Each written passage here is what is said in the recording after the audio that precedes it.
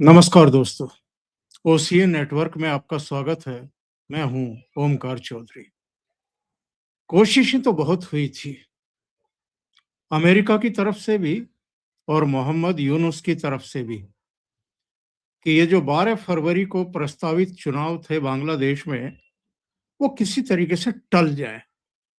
इसके लिए क्या क्या नहीं किया गया था, भारत को उकसाने के लिए और किसी तरह की छोटी मोटी सैन्य कार्रवाई के लिए भी, उसको भड़काने के लिए हिंदुओं पर लगातार वहां हमले हुए। और जब इससे बात नहीं बनी उनकी, तो अल्टीमेटली जो शेख हसीना सरकार का तख्ता उलटने वाले छात्रों के रूप में गुंडे थे, उनमें से एक उस्मान हादी की बहुत रहस्यमय तरीके से हत्या तक कराई गई।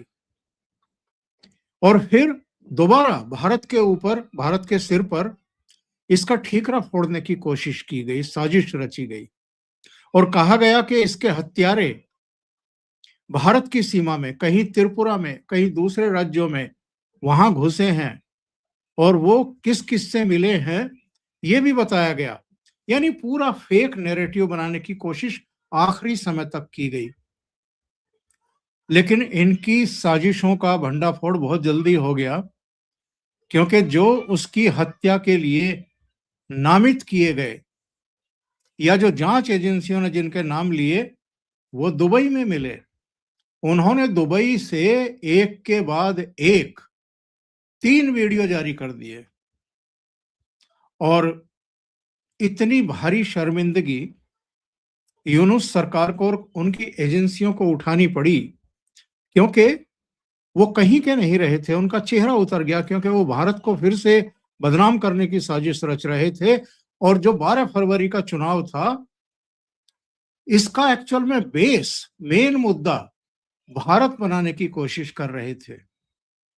अब जो रिजल्ट आया है और खालिदा जिया के सुपुत्र जिस तरीके से वहां पर प्रधानमंत्री पद की शपथ लेते हुए दिखाई दिए हैं मंगलवार को, वो तो एक आप समझ लीजिए कि तय घटनाक्रम था। अब बहुत सारी चीजें निकल करके सामने आ रही हैं। यहां तक कहा जा रहा है कि चूंकि शेख हसीना ने अमेरिका की सेंट मार्टिन आइलैंड को लेकर के अमेरिका की बात नहीं सुनी थी, इसलिए उनको तो जाना ही था, उनकी सरकार का तो तख्ता पलट करना ही था। तो डीप स्टेट और तमाम दूसरी जमातें, इंक्लूडिंग आईएसआई और जो दूसरी एजेंसियां हैं, उन सब ने एक बड़ी साजिश रची, फंडिंग की। स्टूडेंट मूवमेंट के नाम पर जो कट्टरपंथी है, उनकी भीड़ को इकट्ठा किया और फिर जो कुछ हुआ है वो सबके सामने है। शेख हसीना को अपनी जान बचाने के लिए भारत में शरण लेनी पड़ी। और सूचनाएं तो ये भी हैं कि भारत सरकार ने उनको वहां से किसी तरीके से लिफ्ट किया, उठाया और भारत लेकर के आए। उनकी पार्टी पर पाबंदी लगाई गई, अवामी लीग पर पाबंदी लगा दी गई कि वो चुनाव मैदान में ही ना उतरने पाए। तो उसके बाद मुकाबले में कौन बचा था? जमाते इस्लामी का जो जितना प्रभाव उनका है, उतनी सीटें उनको मिल गई, 70 सीटें फिर भी मिल गई। लेकिन मोहम्मद यूनुस ने, जिन्होंने भारत के साथ रिश्तों को बिल्कुल पाताल में, गर्त में ले जाने में पूरी ताकत लगाई, उनके द्वारा जो तथाकथित स्टूडेंट्स की पार्टी बनाई गई थी एनसीपी, उसको तो बांग्लादेशियों ने सिरे से नकार दिया, बल्कि मैं कहूंगा कि दफन कर दिया। 299 में से अगर केवल 2 सीटें मिल रही हैं, तो आप अंदाजा लगा लीजिए कि जो एक नैरेटिव बनाने की कोशिश कर रहे थे मोहम्मद यूनुस, उनको जो गलतफहमी हो गई थी कि इन चुनाव में एनसीपी हीरो की तरह उभर करके सामने आएगी और उनकी भी बांग्लादेश में एक भूमिका होगी, उसको तो बांग्लादेश की जनता ने नकार दिया, उस साजिश को पूरी तरीके से विफल कर दिया। भारत का मानना ये था कि ये जो 18 महीने से एक अंतरिम एड हॉक व्यवस्था चली आ रही थी बांग्लादेश में, और जो फिर से बांग्लादेश को पूर्वी पाकिस्तान में परिवर्तित करने के लिए ही लगे हुए थे। डीप स्टेट के एजेंट कह लीजिए, अमेरिका के पिट्ठू कह लीजिए, मोहम्मद यूनुस, और जो भारत के खिलाफ वहां पर एक जहर को आगे बढ़ा रहे थे, उनके बजाय कम से कम कोई चुना हुआ आदमी आए जिससे हम बात कर सके, जिसको हम डील कर सके। तो अल्टीमेटली चुनाव हुए। इनकी तमाम साजिशों के बावजूद टलवाने के लिए जितना कुछ ये कर सकते थे, खून बहवा सकते थे, वो सब किया इन्होंने। लेकिन भारत ने संयम दिखाया और ये बिल्कुल तय कर लिया था कि 12 फरवरी तक, जब तक चुनाव नहीं हो जाएंगे, मतदान नहीं हो जाएंगे, नई सरकार अस्तित्व में नहीं आ जाएगी, तब तक हम इस आदमी के द्वारा रचे गए पूरे चक्रव्यूह में तो नहीं फंसेंगे। और यही हुआ। अब आते हैं कि ये तारिक रहमान ये कैसे रहेंगे भारत के लिए। तो जो इनका इतिहास है, बीएनपी का इतिहास है, इनकी अम्मा का इतिहास है, खालिदा जिया का, तो वो तो कोई बहुत अच्छा नहीं है। जब जब ये लोग सत्ता में रहे हैं, बांग्लादेश नेशनलिस्ट पार्टी, तब तब भारत के खिलाफ इन्होंने साजिशें रची हैं। और जो हमारे पूर्वोत्तर में तरह तरह के संगठन सक्रिय रहे हैं भारत को कमजोर करने के लिए और पूर्वोत्तर राज्यों में अपनी साजिशें आगे बढ़ाने के लिए, उनको वहां से प्रश्रय मिलता रहा है। तो भारत को बड़ा चौकन्ना रहना पड़ेगा। और जो शुरुआती मैसेज दिए हैं प्रधानमंत्री नरेंद्र मोदी ने इस नई सरकार को, तारिक रहमान को भी, वो बहुत सधे हुए हैं, बहुत सोचे समझे हैं।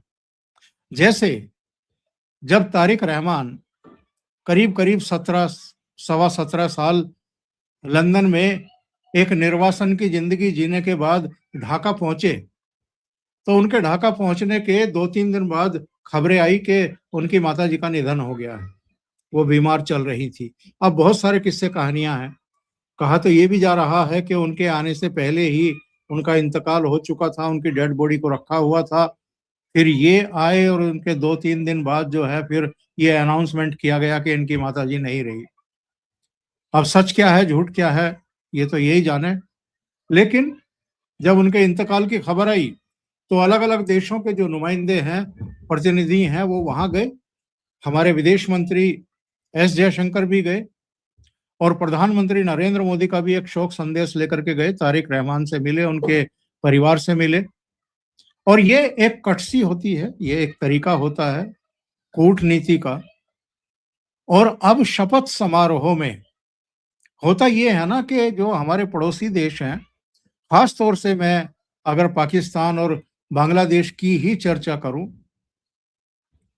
जो बेवजह ही कॉलर खड़े करके रहते हैं और बड़ी भारी गलतफहमियां पाल लेते हैं, तो जैसे ही जनादेश मिला, 299 में से 209 सीटें बीएनपी को मिली, तो उसी समय तय हो गया था कि तारिक रहमान अगले प्रधानमंत्री बनने जा रहे हैं। तो जैसे मई 2014 में प्रधानमंत्री नरेंद्र मोदी जब पहली बार शपथ ले रहे थे, तो उन्होंने सार्क देशों के राष्ट्र प्रमुखों को अपने शपथ समारोह में बुलाया था। तो उस समय याद होगा नवाज शरीफ वगैरह वगैरह भी आए थे। उसी तरीके से तारिक रहमान ने भी सार्क देशों के सभी प्रमुखों को आमंत्रित किया। प्रधानमंत्री नरेंद्र मोदी को भी निमंत्रण पत्र भेजा गया। इसके अलावा चीन, यूएई, इसके अलावा टर्की, इन देशों को भी उनकी तरफ से निमंत्रण पत्र गया, कुछ और देशों के लिए भी गया। प्रधानमंत्री नरेंद्र मोदी जो आज की वैश्विक स्थितियां परिस्थितियां हैं,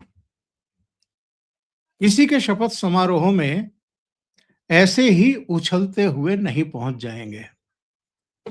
आज भारत की और आज प्रधानमंत्री नरेंद्र मोदी की वैश्विक परिदृश्य में एक भूमिका है। और जितना ये रायता फैलाया है मोहम्मद यूनुस ने इस 18 महीने के कार्यकाल में अंतरिम सरकार के रहते हुए, और जिस तरीके से भारत को लगातार उकसाने की कोशिश की गई और भारत के खिलाफ साजिशें रची गई, कभी पाकिस्तान के साथ मिलकर, कभी चीन के साथ मिलकर के, कभी डीप स्टेट के इशारे पर, और कभी जितनी उनकी बुद्धि थी उसके हिसाब से।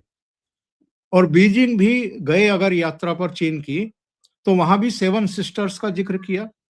और अभी इनके शपथ ग्रहण समारोह से ठीक पहले मुख्य सलाहकार के पद से इस्तीफा देने के बाद जो संबोधन था उनका, तो उसमें भी वो बाज थोड़ा आए हैं।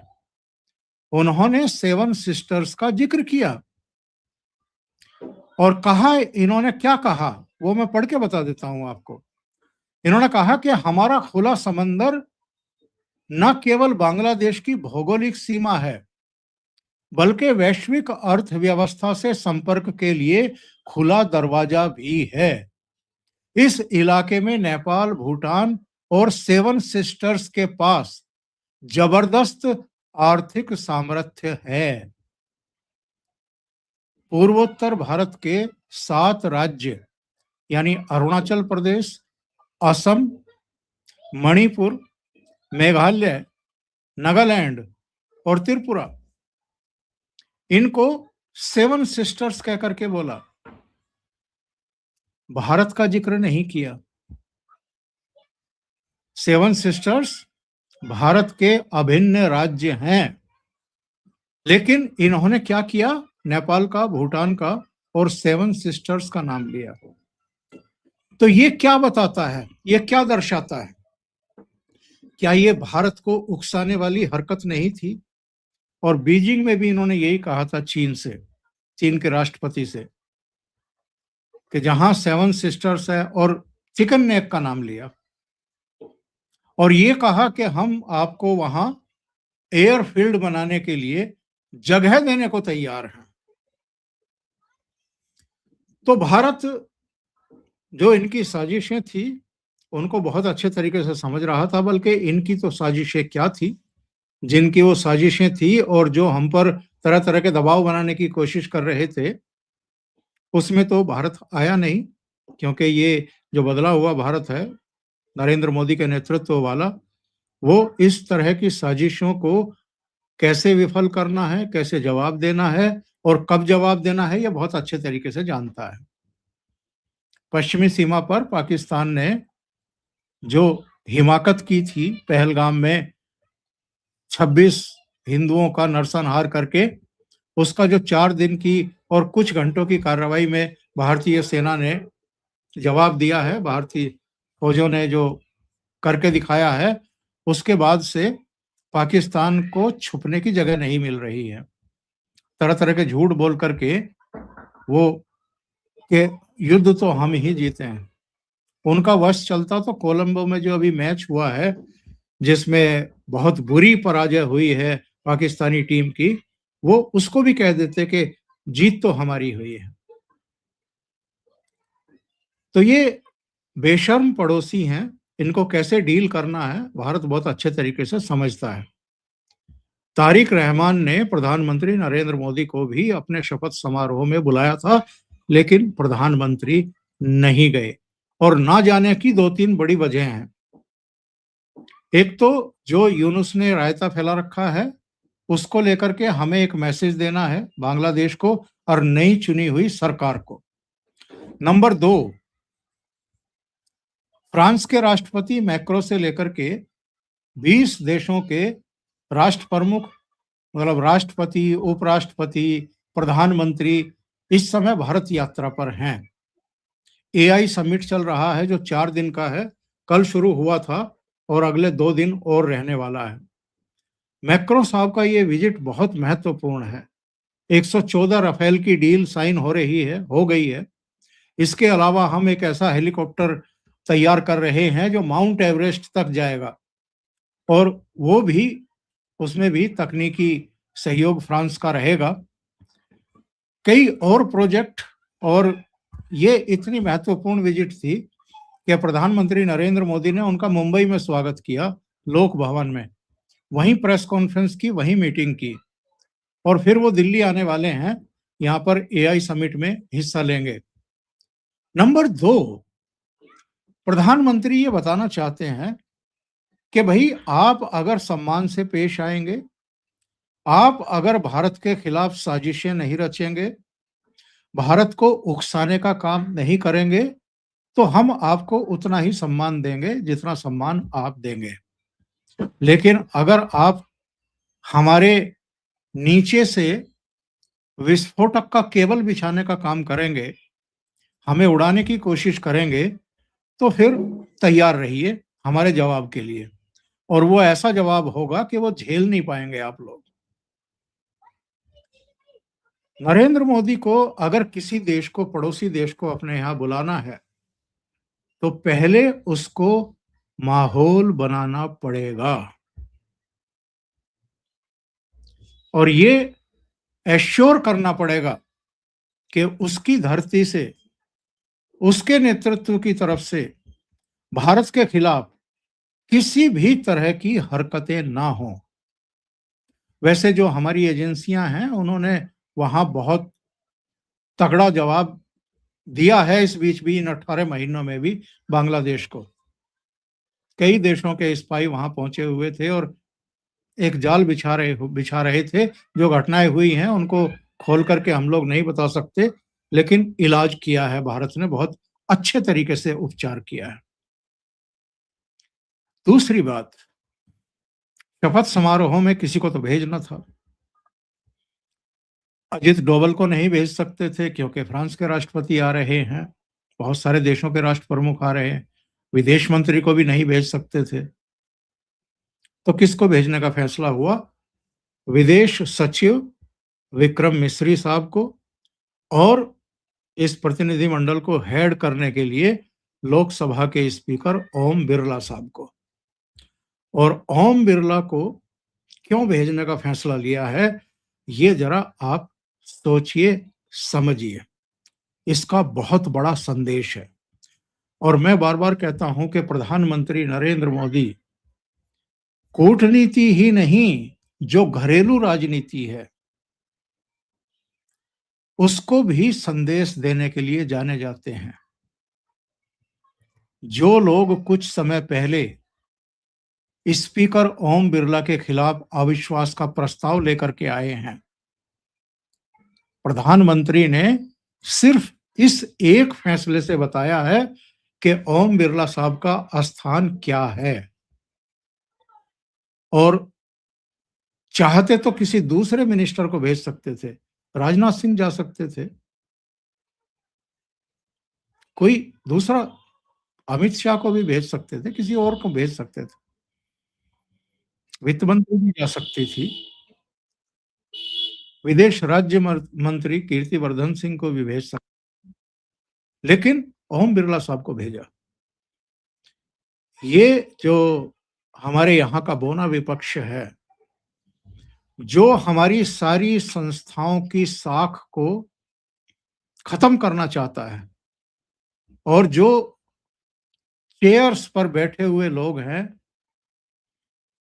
उनको चैलेंज करने की कोशिश करता है, ये उनके लिए भी जवाब है। अगले 6 महीने, अगले 8 महीने, 1 साल बताएगा कि भारत और बांग्लादेश के आगे रिश्ते किस तरह के होंगे। और 1 साल तो मैं बहुत ज्यादा कह गया हूं, अगले 6 महीने, अगले 4 महीने ही बता देंगे कि तारिक रहमान ठीक तरीके से पेश आएंगे या इस बार ये प्रधानमंत्री बनकर के और कॉलर खड़े करेंगे।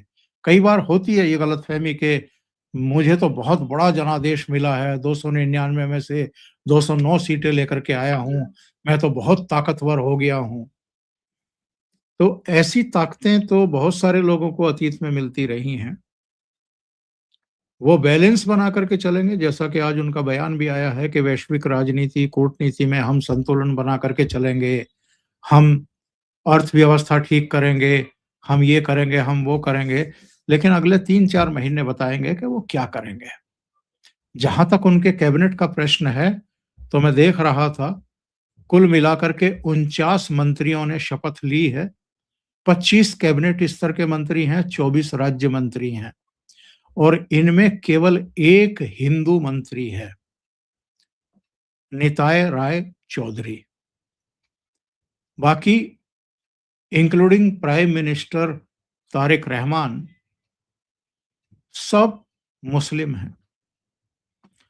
तो इससे आप समझिए कि इनकी जो कुल मिलाकर के पॉलिटिक्स है, जो पॉलिसी है, वो किस तरह की है। तो नाच कूद देखेंगे बांग्लादेश का और नए प्रधानमंत्री का, उसके बाद फिर भारत आगे की नीतियां तय करेगा। अभी के लिए इतना ही। बहुत बहुत धन्यवाद। अगर आपको ये चैनल और इसके कंटेंट पसंद आ रहे हैं तो लाइक करें, कमेंट करें, वीडियो को शेयर भी करें। अभी तक अगर आपने ये चैनल सब्सक्राइब नहीं किया है तो सब्सक्राइब कर लें। साथ में लगे बेल आइकॉन को दबाना ना भूलें ताकि आगे आने वाले वीडियो और उनके नोटिफिकेशन आप तक पहुंचते रहें। बहुत बहुत धन्यवाद। नमस्कार।